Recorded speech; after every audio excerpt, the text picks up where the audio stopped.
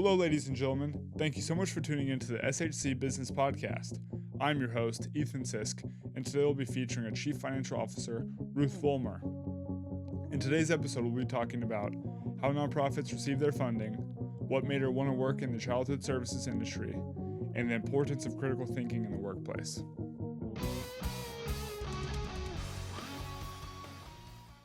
Good morning, Ruth Vollmer. Good morning. Thanks for coming on. Oh, I'm glad to be here. Have you been on a podcast before? Never have done a podcast, but I'm really interested in them. I don't generally have a lot of time to look at them, but I think it's an important source of information. What occupies all your time? Work and try and keep a balance between that and home, but work and home. So. And you're a CFO? I'm a CFO for Gulf Regional Early Childhood Services.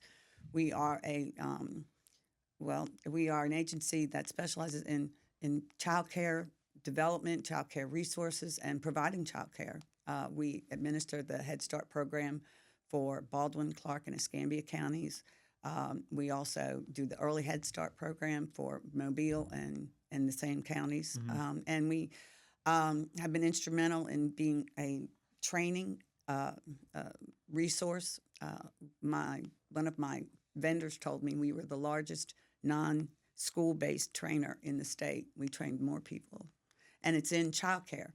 Someone wanting to start a childcare daycare, and childcare skills and skills for teachers and childcare development and all of those important things that either parents and professionals need to be abreast of. So you're training people that work with children, not children? Correct. Okay. But we have we have our own centers now as well.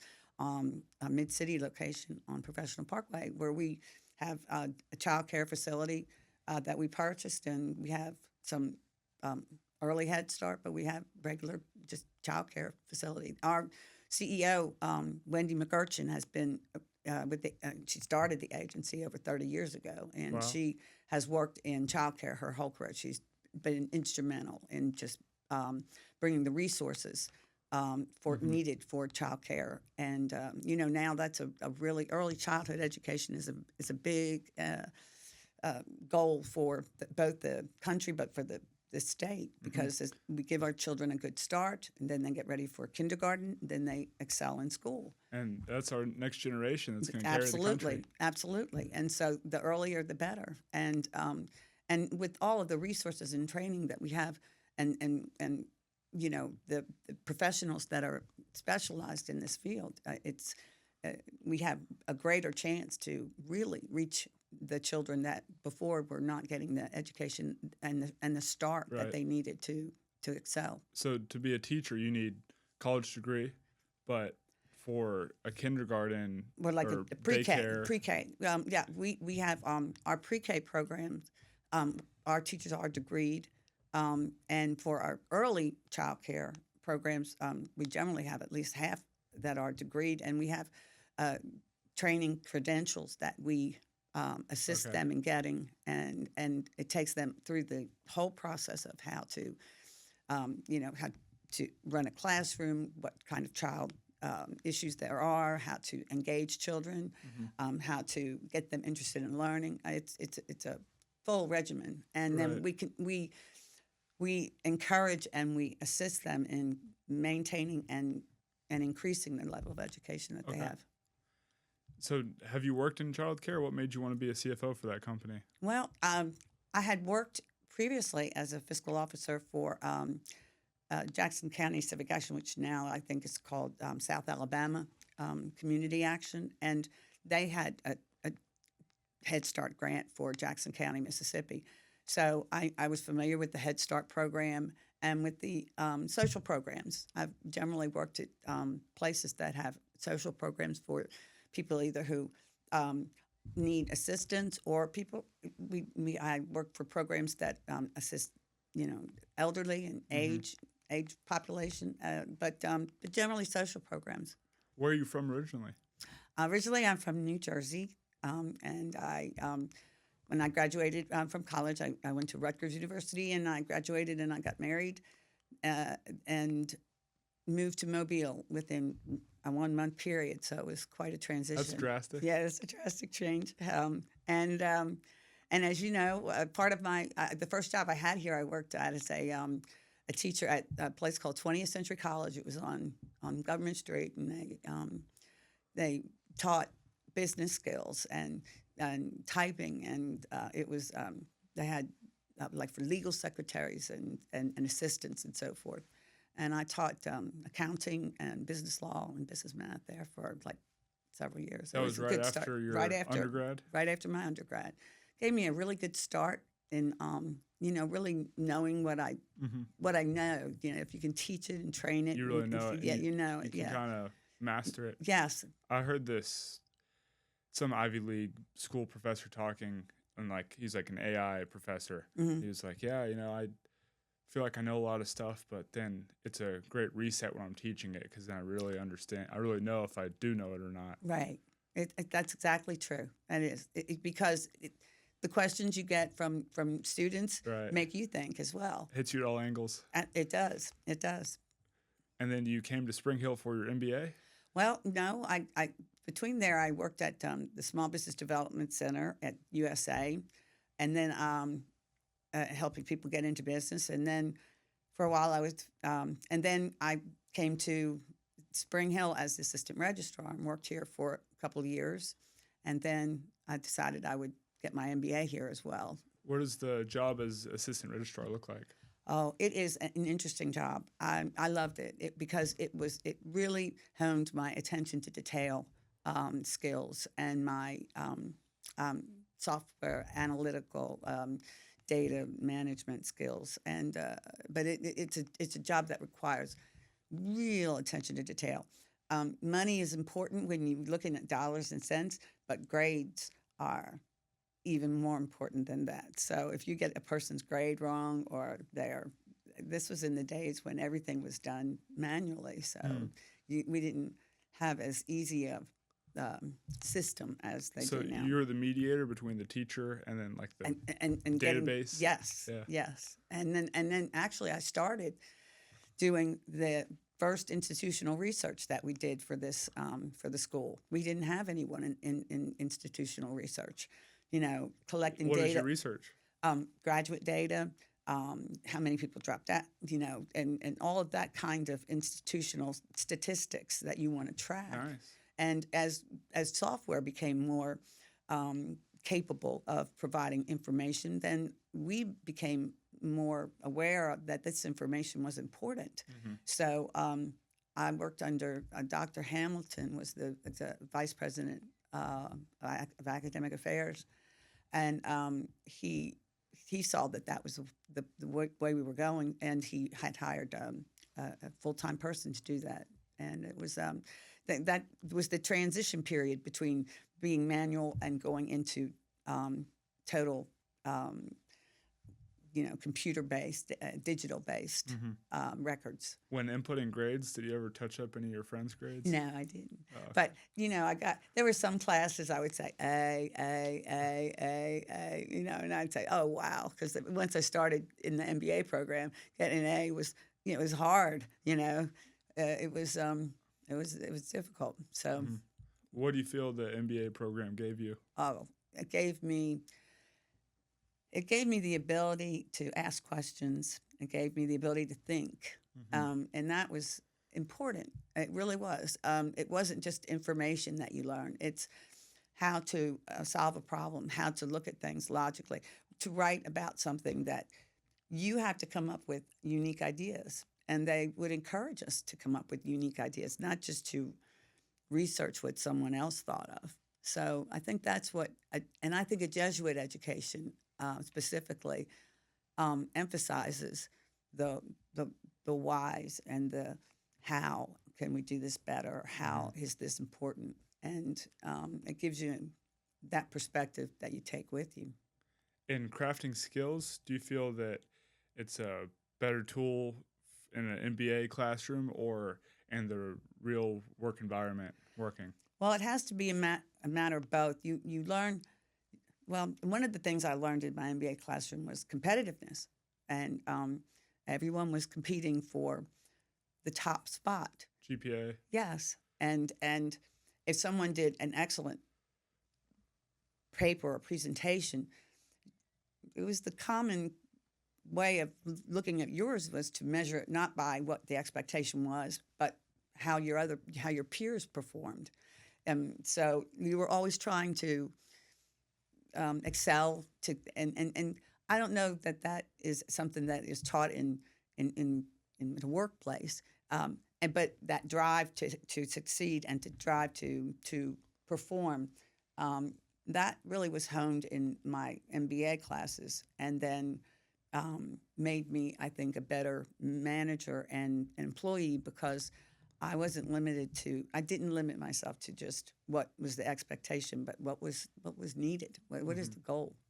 I don't have too much experience in the workplace. I've just had a few internships, but I feel the competitive nature is maybe a little.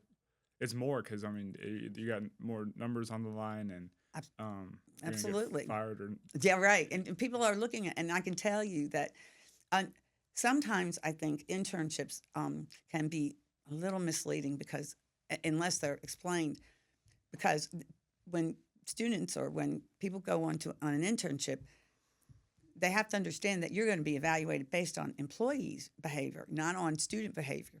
So when you're in class, you can check your messages, you do this, you do that, but when you're on a workplace and you want to make a good impression, you have to put money in your bank account. You have to put some performance, and you should be on your toes that you're always being evaluated. Mm-hmm. And because people notice. People notice if you come late. People notice if they can tell it's 5:00 because you walk past their door.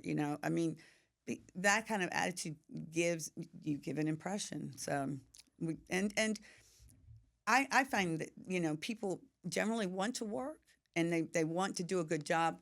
It's in this environment, I think, especially after COVID and so forth, there are a lot of positions in, say, accounting and fiscal areas that are difficult to fill because it is a lot and a lot of work. And they're saying that there's a shortage of accounting majors. And there could be fear, too, that AI is going to overtake those industries. So why would I want to train that? Well, but in AI, there still needs to be someone that can evaluate whether AI is correct. Managing AI? Yes. I mean, there still has to be a man behind the curtain because always.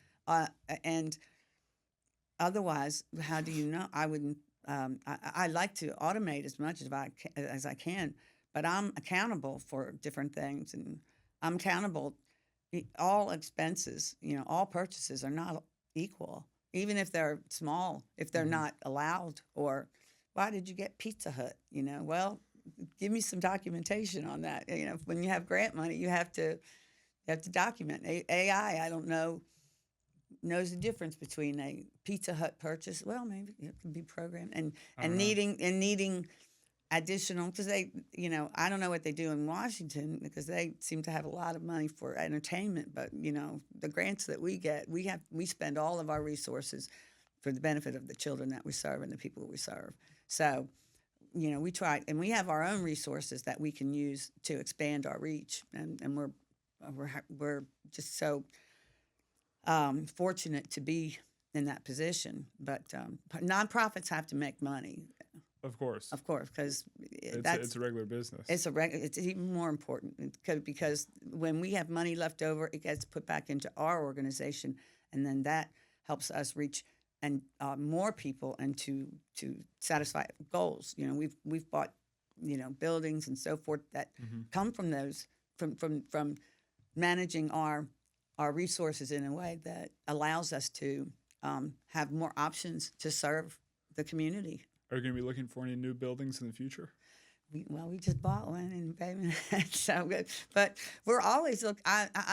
Well, I don't know. The CEO is in charge of crafting our plan and where we go. But we do have limitations in some space and so forth. But I always looking on grants.gov and looking for opportunities to expand our reach, both in the community and in other services that we provide. Gotcha. What does it look like applying for grants from the government? Well, it's a process that you have to have all of your ducks in a row before you apply for a grant. I had someone ask me for assistance. He was going to apply for a grant to provide all of the hair cutting services for an Air Force base in Atlanta or something. So it's a fantastic place. And he owned a barbershop here in Mobile, and he definitely didn't have the resources available in order to do that. But people can do it.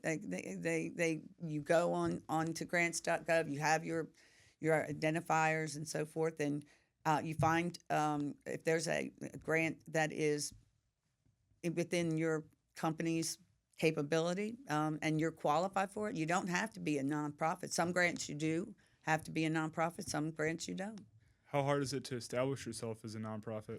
Well, And who writes off if you are or aren't? the IRS, because we have to have our charter that says what we do, our mission statement, and this is what we do. Okay, we're 501c3, and that means it has certain restrictions, and what our board members do. They have the fiscal accountability as well as to govern what our operations are.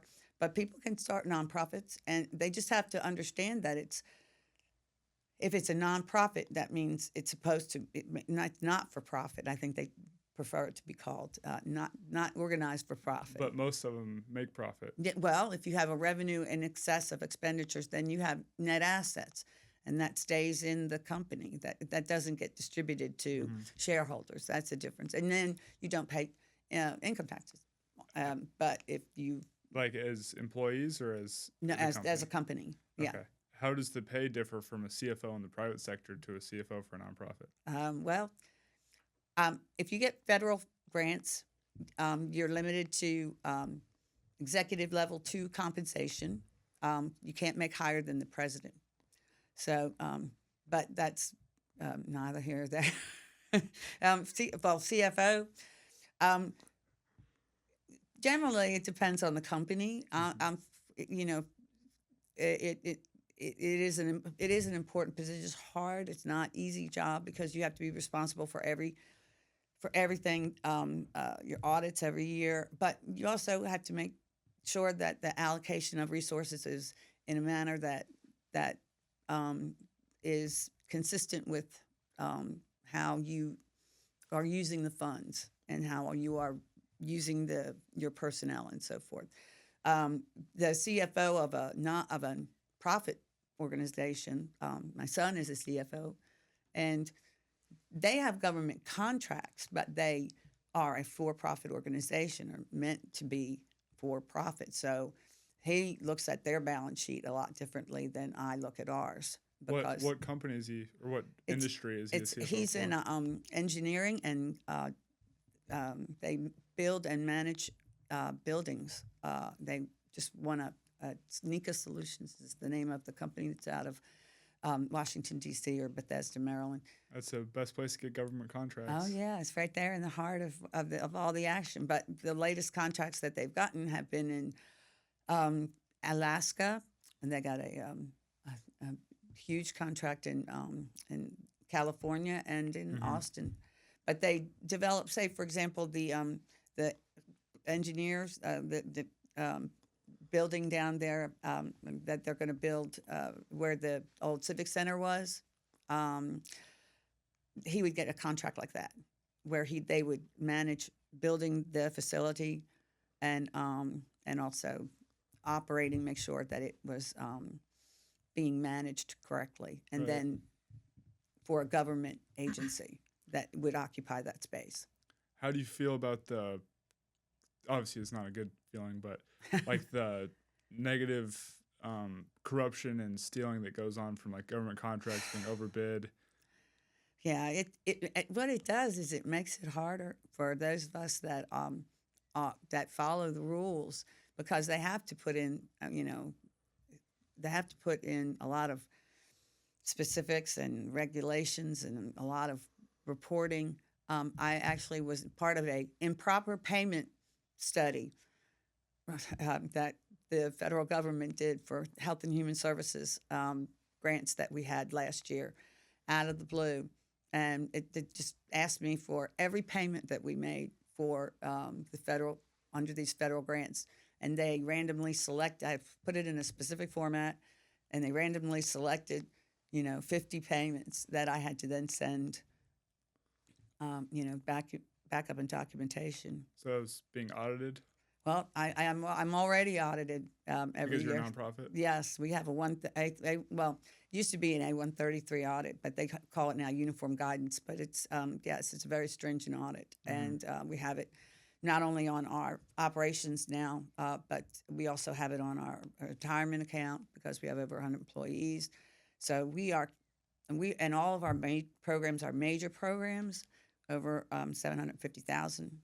So they are programs are audited to make sure that we are following all the guidelines of each program, as well as that our statements, our financial statements, are accurate, and that they're reporting the operations in an accurate manner. Right. So is it on you if they're not accurate? Yes, it's on me. And knock on wood, I've had 18 years of no findings in my audits, so I take it very seriously. But it's very if you get findings now, they want to recompete your grants. They want to bring it up and see. Oh well, let's see how this has affected us. There are some organizations that are still getting grants that have had findings, but I would rather be safe than sorry. But it is a process that we prepare for, and it's good. We can report to our board of directors our operations and let them know that our auditor presents the audit every year and lets them know how we're doing.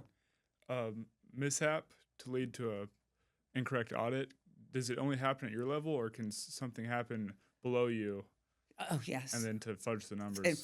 Yes. If I don't catch it, I don't, because then I should have had that in place to catch it. For example, we received money for children that are on subsidy, and I have to show. I may not look at them, but I have to show that I have the materials that show who is on that program.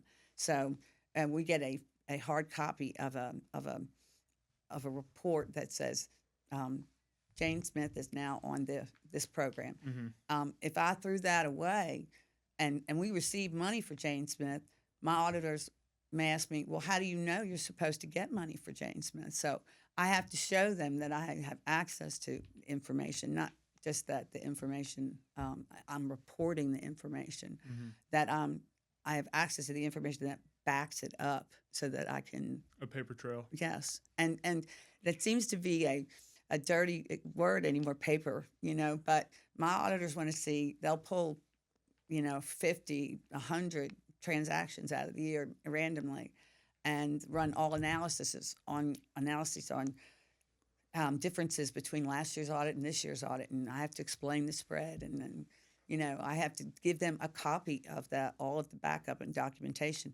And when you're getting ready for the audit, it's more difficult to do it online, because other than, looking at it, in front of you in a file. You can just go to the next file and go on and so forth. So there's still a paper trail. There's still a documentation trail, and you have to see that to know that is in place, and know that you are making it available not only for your use, but for the use of the programs as well. Okay, gotcha. Yeah. So, and it's complicated, but I think it gives everybody a good feeling when we know that it's everything's transparent. Yes. So nonprofits really run off government funding.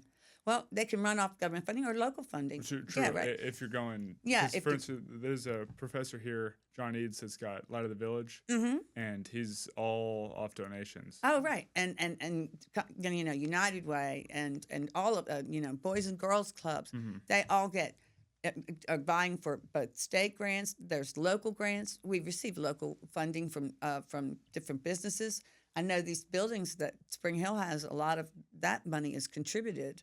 And just in that manner, people look for contributors for their cause and for their or have fundraisers or there's a multitude of means. I guess nonprofit deals with not only just you're not set up to receive the profits of the business, but also that there is a mission or a goal of the business to, in some manner, and I would say most people, there are mission statements, but a for-profit business is for profit, and they have a mission statement and goal, but nonprofits are responsible for maintaining that. What's the cycle of grants given? Like, is it, okay, this nonprofit got a grant last year, so then we're going to look at these, or is it based off of output?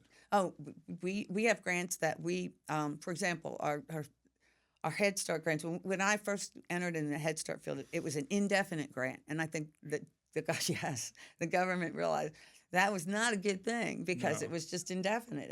Everybody got the same grant, or everybody that had a grant got a grant.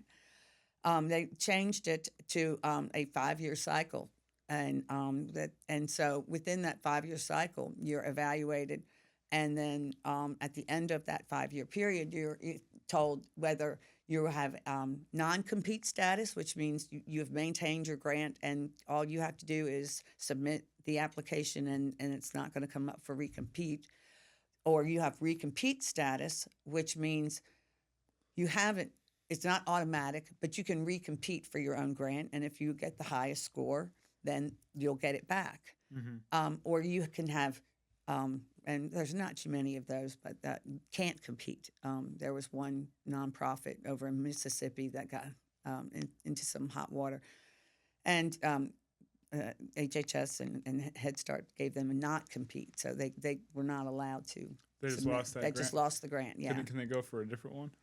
Well, they would have, they sure can. They could try. If they could, and then they can reorganize under a different name and try to improve. But the process of just like becoming a corporation, dissolving a nonprofit also takes some, like transforming from nonprofit to or like, oh well, I'm going to start a new nonprofit, and I'm going to take the assets of the old nonprofit and put it in my new nonprofit. Well, just like you learn in business class, when you create a corporation, you create a person. So it's not easy to dissolve a person. It's meant to be, just like a regular organism. It's not going to die as long as it's being operated. So merely taking those assets and moving it to a different nonprofit or a different for-profit, it's not an easy task, So you have to dissolve, and there's things that you have to go through. But we normally they go from year to year, and then they'll have different contracts or grants that'll come up that for different things that they see that need attention, or there are a lot of those type of grants.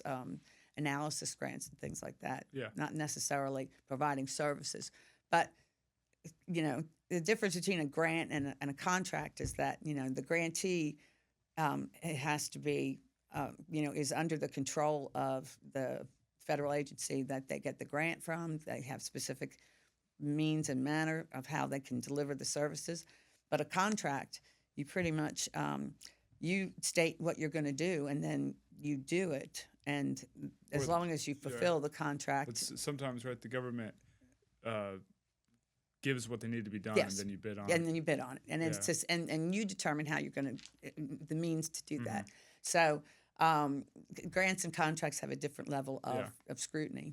What would you say is the most important thing a student looking to get in the financial industry needs to learn or do? To be assertive.